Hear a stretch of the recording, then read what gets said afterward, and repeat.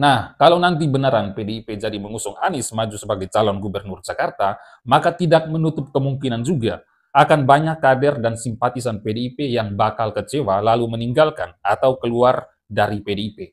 Oleh karena itu, PDIP harus berhati-hati dalam mengambil sikap untuk mendukung Anies Baswedan. Sebab Anies selain bukan kader PDIP, pendukung Anies dan PDIP itu berbeda secara ideologi politik dan pandangan politiknya juga. Beda mazhab politik, beda irisan politik, dan lain sebagainya, dan lain sebagainya. Jadi biarkan saja Anies ini melewati semua rintangan ini seorang diri. Lagi pula, banyak partai yang sudah tinggalkan Anies termasuk PKS. Anies tidak dianggap lagi. Anies adalah gelandangan politik, sampah yang tidak pantas dipungut kembali.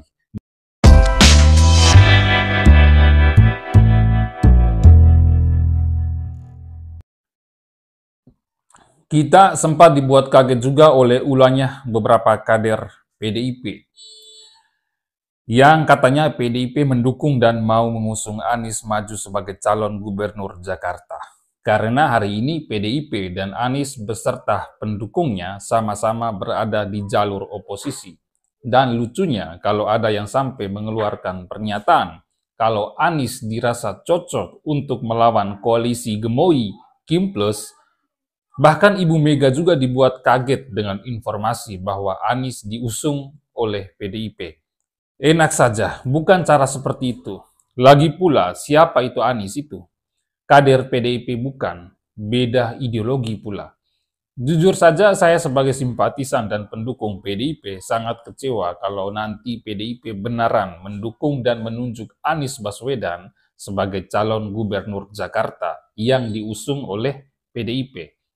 Nah, kalau benaran nanti PDIP jadi mengusung Anies maju sebagai calon gubernur Jakarta, maka saya bisa mengambil kesimpulannya begini teman-teman.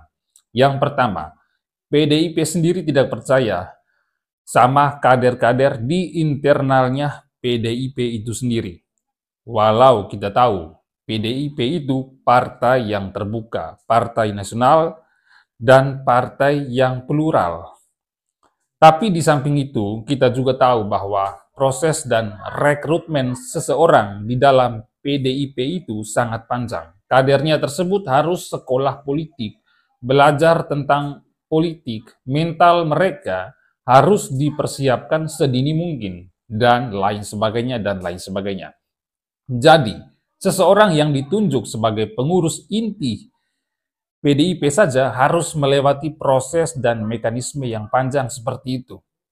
Pak Ganjar saja yang 10 tahun menjabat sebagai gubernur Jawa Tengah baru kali ini diangkat jadi pengurus inti di PDI Perjuangan. Jadi tidak segampang itu Ferguson. Harus melewati berbagai tahap dan proses yang panjang. PDIP juga bukan partai kemarin sore. PDIP tentu beda dengan partai kemarin sore seperti PSI yang tiba-tiba saja mengusung seorang anak muda, yaitu Kaisang, sebagai ketua umum partai tersebut. Padahal si anak muda tersebut belum sampai 1 hari menjadi kader atau anggota partai PSI. PDIP ini juga partai besar yang sudah mengecap pahit manisnya dinamika politik Indonesia di berbagai zaman. Jadi kalau PDIP beneran nanti mengusung Anies, maka PDIP insecure terhadap kadernya sendiri. Berarti percuma dong adanya sekolah partai PDIP. Berarti percuma juga dong ada kader-kader hebat di PDIP tapi malah yang diusung orang luar partai. Dan percuma juga segala regulasi yang sudah dibuat dan disepakati bersama malah dilanggar hanya karena ingin mengusung seorang Anies Baswedan. Yang kedua, kalau benaran PDIP nanti mengusung Anies, maka ini sebagai bentuk sakit hati PDIP terhadap Jokowi dan Koalisi Indonesia Maju.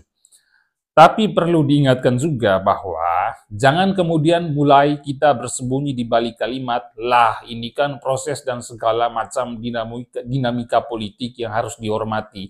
Dan juga jangan sesekali kita itu kemudian bersembunyi di balik kalimat-kalimat, itulah politik. Di dalam politik kita tidak mengenal sahabat dan musuh abadi, tapi kepentingan yang abadi. Jangan sekali-sekali bersembunyi di balik kalimat tersebut hanya karena PDIP hari ini sakit hati dengan Jokowi dan Koalisi Indonesia Maju.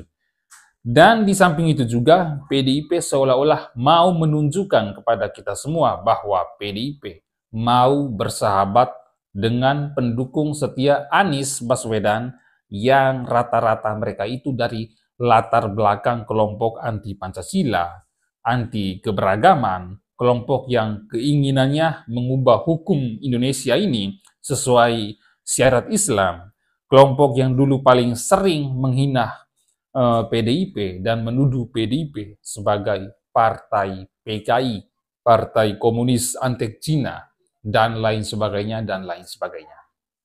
Padahal dulu PDIP paling getol membela Jokowi ketika ada pendukung Anies yang menyebutkan Anies Baswedan sebagai antitesa dari Jokowi.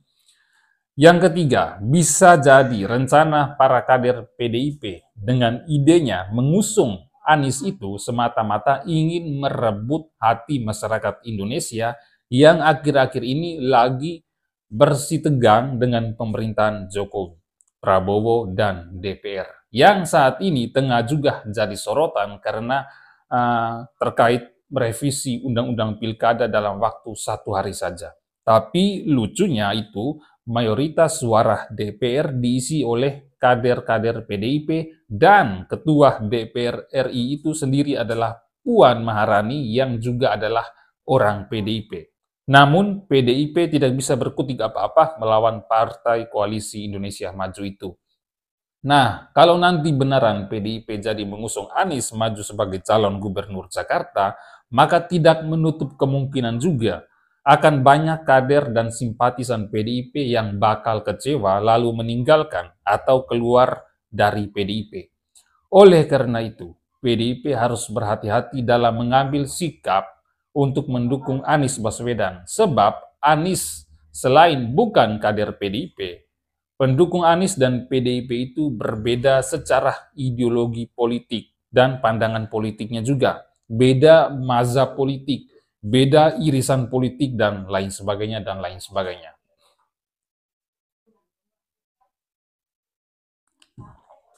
Jadi biarkan saja Anies ini melewati semua rintangan ini seorang diri. Lagi pula, banyak partai yang sudah tinggalkan Anies termasuk PKS. Anies tidak dianggap lagi. Anies adalah gelandangan politik, sampah yang tidak pantas dipungut kembali. Dan masih banyak partai lain yang bisa diajak bekerja sama dengan PDIP, termasuk partai-partai yang ada di KIM untuk mengusung calon gubernur Jakarta. Anies silakan bergabung saja sama Partai Umat atau Partai Buruh atau juga Partai Negoro.